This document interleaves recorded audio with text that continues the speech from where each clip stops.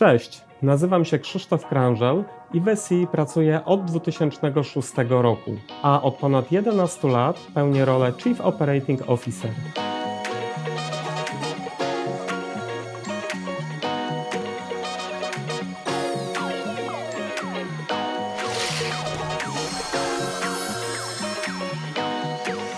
Do SI dołączyłem praktycznie na samym początku jej działalności. Byłem bodajże 8. pracownikiem firmy. SI było w tamtym czasie startupem, które miało siedzibę może nie w garażu, ale w mieszkaniu w centrum Warszawy. Siłą rzeczy firma była zupełnie inną organizacją niż jest w tej chwili. Zatrudniamy ponad 7 000 osób. Realizujemy usługi dla wiodących firm z Polski i z zagranicy i dostarczamy je w różnych modelach. Siłą rzeczy więc firma jest zupełnie inną firmą, ma inną strukturę, ma inne procesy. W inny sposób są podejmowane decyzje, natomiast myślę, że pewne rzeczy pozostały niezmienne, czyli nastawienie na pracownika i duch przedsiębiorczości. Ja dołączyłem do firmy już może na troszeczkę późniejszym etapie, bo ja już nie musiałem sobie skręcać biurka, ale z tego co wiem, biurko skręcił dla mnie Greg dzień przed moim rozpoczęciem pracy. Także chyba rzeczywiście tak było, ale ja już też byłem w komfortowej sytuacji, bo laptop również na mnie czekał. Chyba też był kupiony dzień wcześniej w supermarkecie. Firma była więc niewątpliwie inna.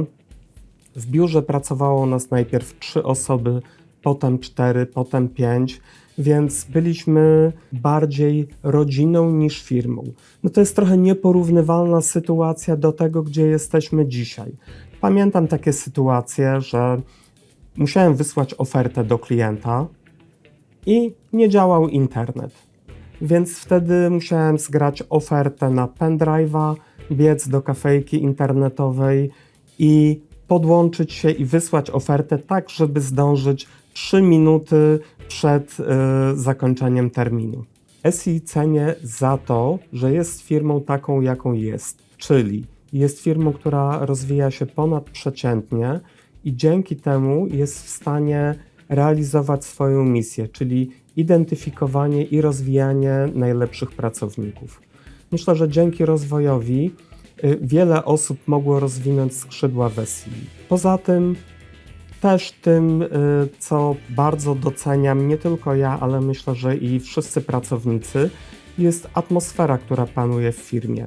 Są to relacje pomiędzy ludźmi, nastawienie do ludzi, to, że w pracy nie tylko pracujemy, nie tylko to, że musimy dowozić rezultaty, ale też to, że mamy tutaj przyjaciół i przychodzimy w większości z uśmiechem do pracy.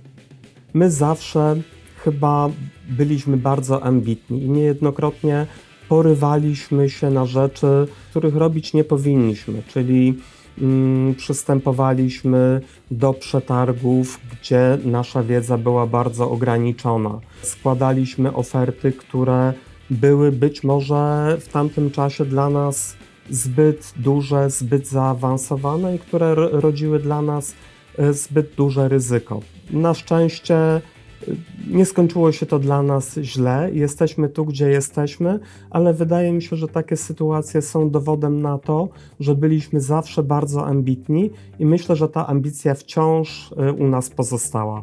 Projektem, z którego jestem najbardziej dumny, jest to chyba moje największe osiągnięcie w SI, jest zbudowanie organizacji Pre-Sales i Delivery, czyli centrów kompetencyjnych i PMO w obecnym kształcie. Transformacja ta została zapoczątkowana w 2014 roku i polegała na centralizacji jednostek, które zajmowały się realizacją projektów w swoich obszarach. Było to ogromne wyzwanie, ale dzięki temu zmieniliśmy firmę z firmy, która zajmuje się tylko dostarczaniem usług outsourcingowych, na firmę, która wspiera klientów we wszystkich modelach współpracy. I myślę też, że organizacja, którą udało się nam zbudować, miała ogromny wpływ na rozwój SEI i na bycie firmą, którą jesteśmy w obecnym momencie. Pracę w SEI zaczynałem na stanowisku sprzedażowym. Moim zadaniem było pozyskiwanie i rozwój współpracy z kluczowymi klientami firmy. Firma rozwijała się, musiała się reorganizować i to otworzyło przede mną nowe możliwości rozwoju. Kolejnym etapem mojej kariery w SEI było kierowanie zespołem sprzedażowym, a następnie oddziałem warszawskim.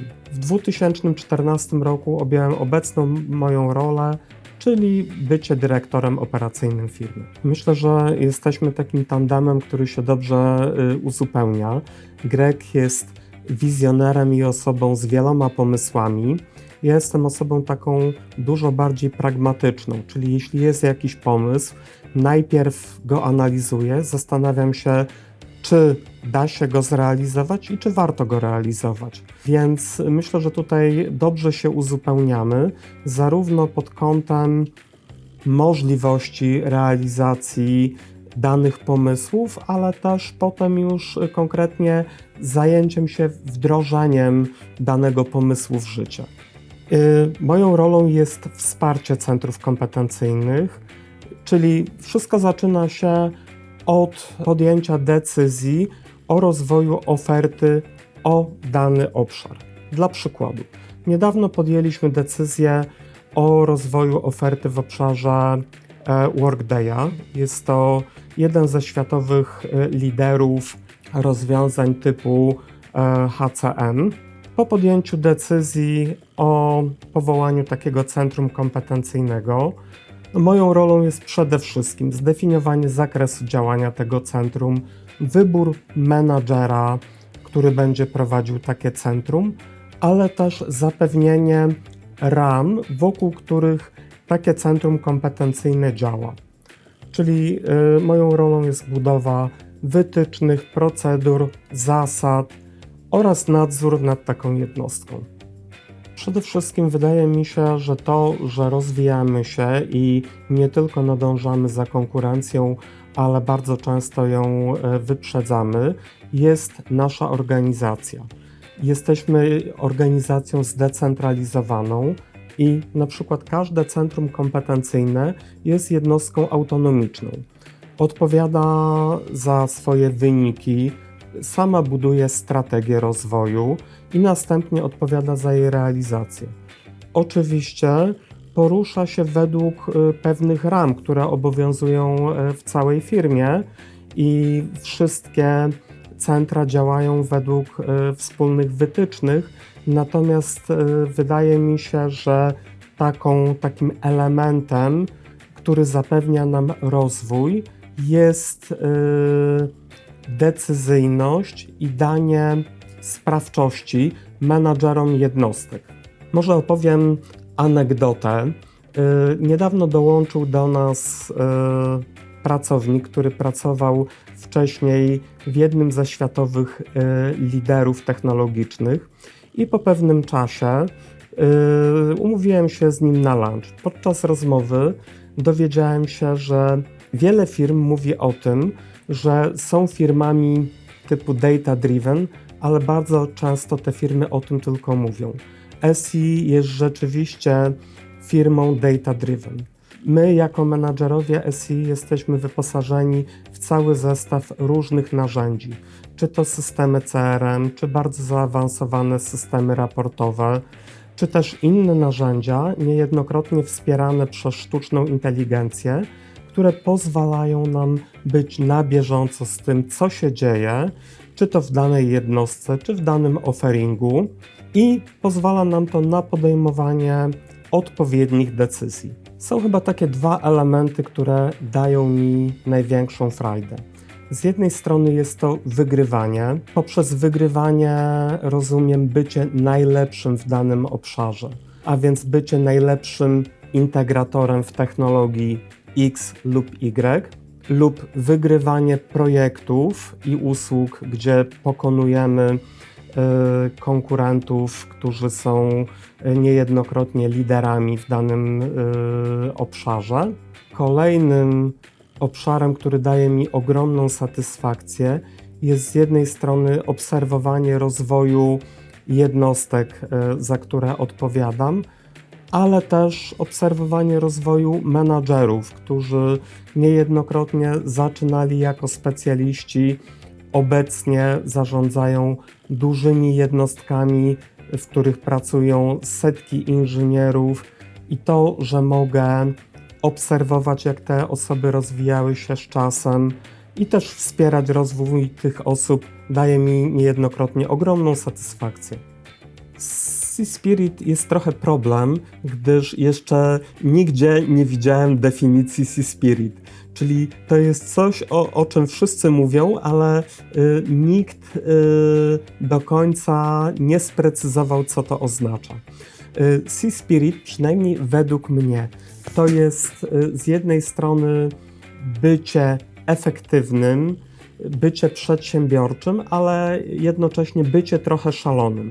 Także ten pierwiastek szaleństwa manifestował się zawsze w różnego rodzaju sytuacjach, czy to takich bardziej biznesowych, jak podejście do tworzenia oferty, która wydawała się trochę poza naszym zasięgiem, czy też już w takich bardziej nieformalnych sytuacjach, jak imprezy integracyjne, które niejednokrotnie były bardzo szalone.